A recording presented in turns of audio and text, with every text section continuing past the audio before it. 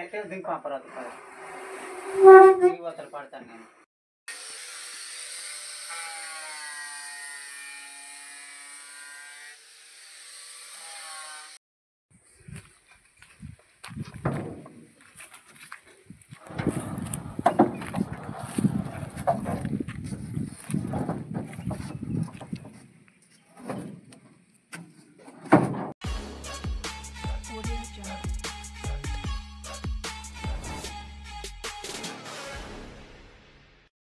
Hi అండి, అందరికీ నమస్తే. మీరు తమ్ముళ్ళు చూసినట్లే నేనైతే సీతంపేట నుండి ఈ గ్రామానికి అయితే వెళ్తూ ఉన్నాను. దాదాపుగా 30 కిలోమీటర్లలాగా ప్రయాణిస్తూ వెళ్తూ ఉన్నాను. ఈయన దగ్గరే ఎందుకు ఇంత దూరం వెళ్ళాల్సి వచ్చింది అన్నది మీకు చివరి దాకా చూసే ప్రయత్నం చేస్తే మీకు క్లారిటీ వస్తుంది. నేనైతే సీతంపేట నుండి పాలకొండ నుండి మదనాపురం నుండి బొమ్మిక వయా నేనైతే కోతం వెళ్తూ ఉన్నాను. ఈ కనిపిస్తున్న ఊరు పేరే బొమ్మిక అండి. ఈ గ్రామం మీదుగానే బొమ్మిక మీదుగానే మనం కోతం వెళ్ళాల్సి ఉంటుంది. రోడ్డు అయితే సింగిల్ రోడ్ అండి. మనం చాలా జాగ్రత్తగా వెళ్ళాల్సి ఉంటుంది. మేమైతే పెద్ద వ్యాన్తో వెళ్తూ ఉన్నాము. లోడ్తో ఏమీ వెళ్ళట్లేదు కాబట్టి ధైర్యంగా ఉంది. నేనైతే స్టార్ట్ అయినప్పటి నుండి ఏవేవో ఆలోచనలు వస్తూ ఉన్నాయండి. ఎందుకనంటే ఈ రోడ్లో చాలామంది యాక్సిడెంట్లు అయ్యారు అని తెలియజేస్తూ ఉన్నారు. అందుకే చాలా భయంతో నేనైతే వెళ్తూ ఉన్నాను. ఈ గ్రామాన్ని దాటాక నేరో రోడ్ అయితే వస్తుందండి, సింగిల్ రోడ్డు. చాలా జాగ్రత్తగా మనం వెళ్ళాల్సి ఉంటుంది. మనం దాటినాక మనకి రిజర్వాయర్ వస్తుందండి, బొమ్మిక రిజర్వాయరు. ఈ రిజర్వాయర్ ద్వారా అనేక గ్రామాలు అయితే సాగునీరు అందుతుంది. మనకి వ్యవసాయం చేసుకోవటానికి చాలా గ్రామాలు అయితే ఉపయోగపడుతూ ఉన్నాయి. వర్షాకాలంలో అయితే చాలా ఎక్కువగా నీరు ఉంటుందని తెలియజేస్తూ ఉన్నారు. ఇంకా ముందుకు మనం వెళ్తే మనకి వాటర్ కూడా ఉందని తెలియజేస్తూ ఉన్నారు. కనబడుతుంది, మీకు చూపిస్తాను. అలా షేక్ అయిపోతుంది బండి మొత్తం.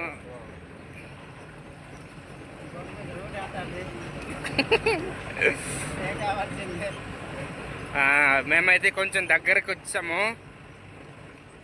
బొమ్మిక నుండి 4-5 కిలోమీటర్లు కోతంకి వెళ్ళాల్సి ఉంటుందండి. చాలా ఘాట్ ఎక్కాలి. రోడ్డు అయితే సింగిల్ రోడ్డు. ఇరువైపులు చూస్తే లోయలు, మలుపులు, భయంకరమైన రోడ్డు అయితే అండి ఇది. బొమ్మిక రోడ్డు అంటే చెప్పేస్తారు, భయపడతారు కూడా. లోడుతో అయితే వెళ్ళలేని పరిస్థితి అండి. ప్రస్తుతం మేము అప్పు వెళ్తున్నాం కాబట్టి లోడ్ అయితే ఏం లేదండి, ఖాళీ బండి తాళ్తున్నాము. మాడిపోయిందే జీడి. వర్షం పడింది ఏటా, మబ్బు వల్ల ఏమి.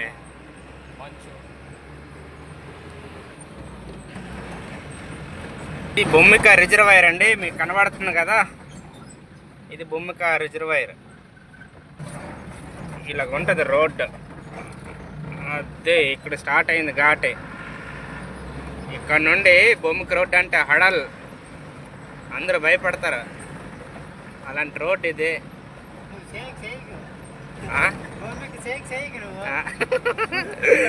చూడు చూడు చూడు ఘాటి చూడు. ఇలాగ ఉంటుంది అనమాట రోడ్డు.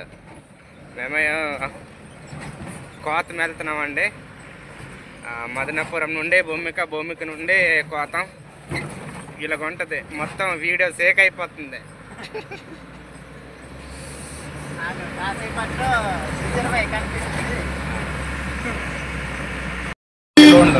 నాకు అదే ఏంటంటే పెరుగునే రిజర్వాయర్ అండి ఇది, మీకు చూపిస్తాను. నేను ప్రస్తుతం బండి మీద ఉన్నాను కాబట్టి క్లారిటీ కనబడకపోవచ్చు. ఇది బొమ్మిక రిజర్వాయర్ అండి. ఇగోండి ఇప్పుడు ప్రస్తుతం నీళ్ళు అయితే ఉంది, చాలా తక్కువ. చూడండి ఎంత విస్తీర్ణం ఉంది. చాలా పెద్ద రిజర్వాయర్ ఇది. రాష్ట్రంలో 3 ఊరు 6 కొట్టాలి కదరా.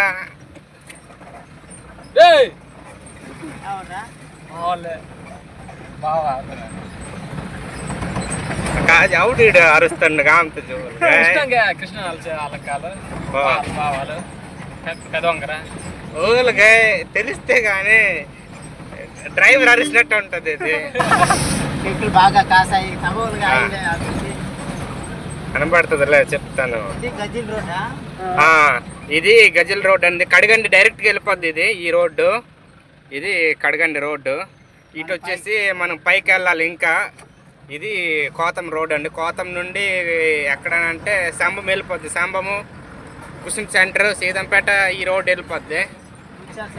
ముచ్చల్ సెంటర్.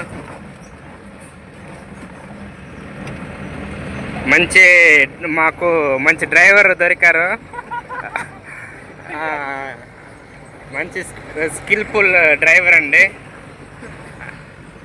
ఇలాంటి రోడ్డు ఎక్కించడం అంటే కత్తి మీద సాము లాంటిదే. చాలా రిస్క్తో కూడుకున్న రోడ్ ఇది.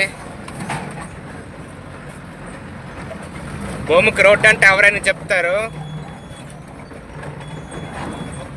అదే అలా కొయ్యాలి.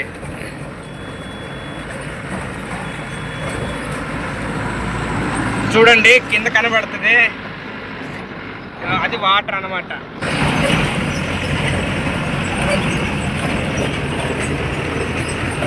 అదే ఇక్కడే ఇక్కడేనండి ప్రమాదం జరిగిన ప్లేస్ ఇది. 8 years back, 5 years back, 2 years back మొత్తానికి ప్రమాదం అయితే జరిగింది ఇక్కడే.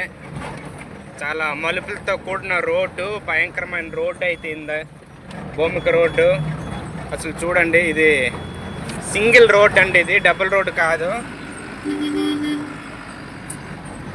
ప్రతి చోట ఇలాగే హార్న్లు కొట్టి వెళ్ళాలి. పైనుండి ఏ బండి వస్తుందో తెలియదు, ఎవరు వస్తారో తెలియదు. ఇలాగ హార్న్ కొట్టేసి వెళ్తుండాలి. సింగిల్ రోడ్డు, ఎత్తైన కొండలు, లోయలు అలాగ ఉంటాయి ఇక్కడ. ఇది ఇలా కొయ్యాలన్నమాట. దేనికి వెళ్తున్నాం అన్నది మీకు చివరిలో మీకు చూపిస్తాను.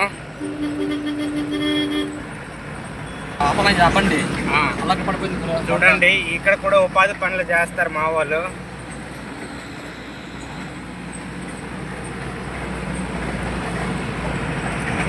మీకు ఒక ప్రమాద స్థలం మీకు చూపిస్తాను.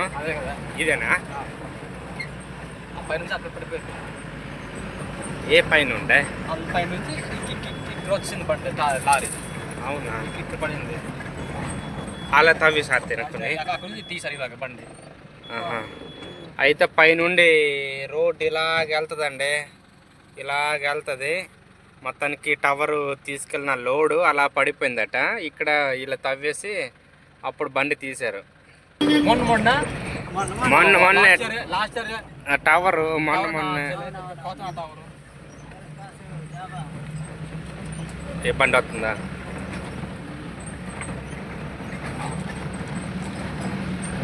ఈ రాళ్ళు తీయించాలి కదా. ఈ రాళ్ళు జారిపోయిన అలా జారిపోయి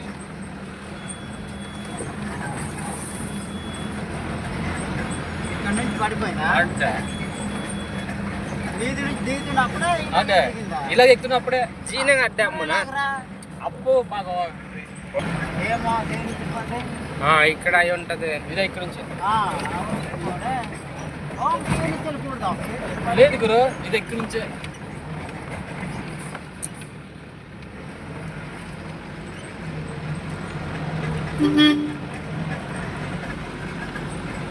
చాలా దారుణం ఉంటుంది. వర్షాకాలం చాలా ఇబ్బంది ఇక్కడ. జారు జారు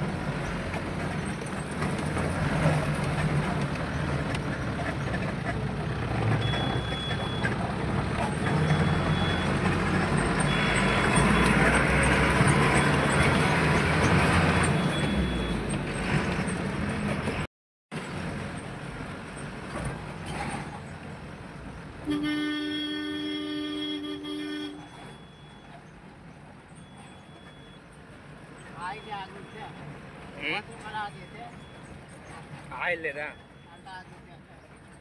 వాళ్ళు అందుకే వేద్దామా అంటే నువ్వు నైట్ వేసామా అన్నారు.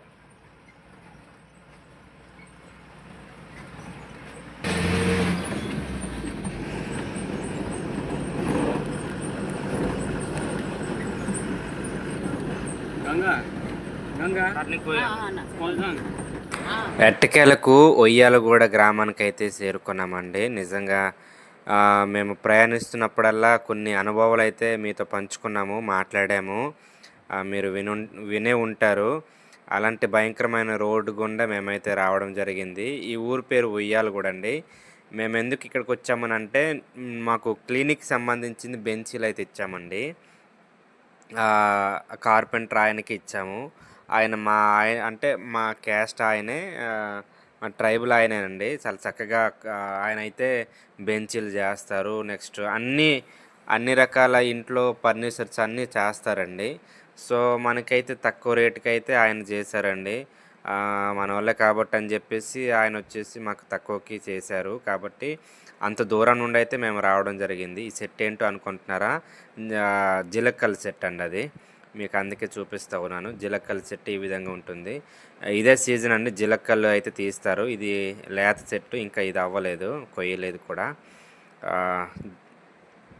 ఈ విధంగా జిలక్కల సెట్ ఉంటుందని మీకు చూపిస్తూ ఉన్నాను.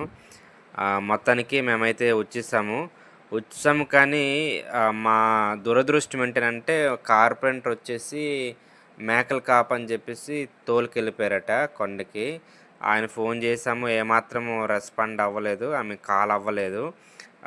పనిలో పని ఖాళీ టైం అని చెప్పేసి ఈ ఊరైతే మీకు ఎక్స్ప్లోర్ చేస్తూ ఉన్నాను, మీకు చూపిస్తూ ఉన్నాను. ఈ ఊరు వచ్చేసి ఉయ్యాలగూడ.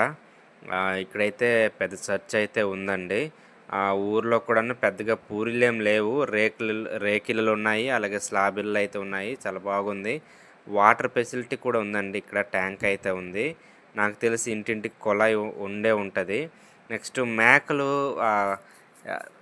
ఈ సాలలు ఉంటాయి కదండి, సాలలు కూడాను పూరిళ్ళతో ఏం లేవు.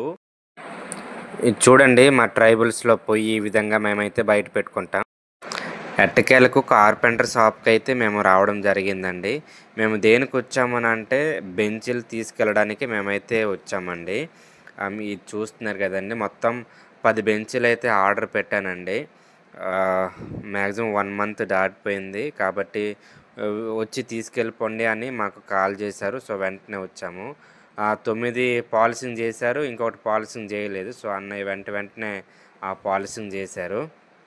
మేమైతే లోడ్ చేస్తూ ఉన్నాము. లోడ్ చేసి మేమైతే స్టార్ట్ అయిపోయాము. మేము వచ్చి చాలా లేట్ అయిపోయిందండి, కాబట్టి అప్పటికి 1 గంట అయిపోయింది. లోడ్ చేసి వెంటనే మేమైతే రిటర్న్ అయిపోయాము. మన వీడియో నచ్చినట్లయితే ప్లీజ్ లైక్ చేయండి, షేర్ చేయండి, సబ్స్క్రైబ్ చేయండి. మీ వంతుగా మాకు సహాయం అందిస్తారని ఆశిస్తూ ఉన్నాను. మా ప్రయాణాల్లో మా అనుభవాలన్నీ మీతో పంచుకున్నాము.